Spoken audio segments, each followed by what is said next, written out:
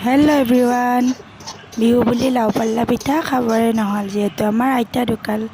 এতিয়া খাব পৰা হৈছোঁ যিহেতু আমিও যাম গুৱাহাটীলৈ। মায়ে ক'লে বোলে লাও পাল্লা পিঠা বনাই দিওঁ।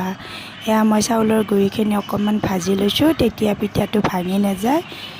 এয়া মায়ে গছৰ পৰা ছিঙি আনিলে দুটা পানীলাও। এয়া মই পানীলাওখিনি ধুনীয়াকৈ কাটি ল'লোঁ, সৰু সৰুকৈ কাটি কিনে এইখিনি প্ৰেছাৰ কুকাৰত বইল হ'ব দিলোঁ। এইফালে মই গুড়খিনিও পগাই ল'লোঁ।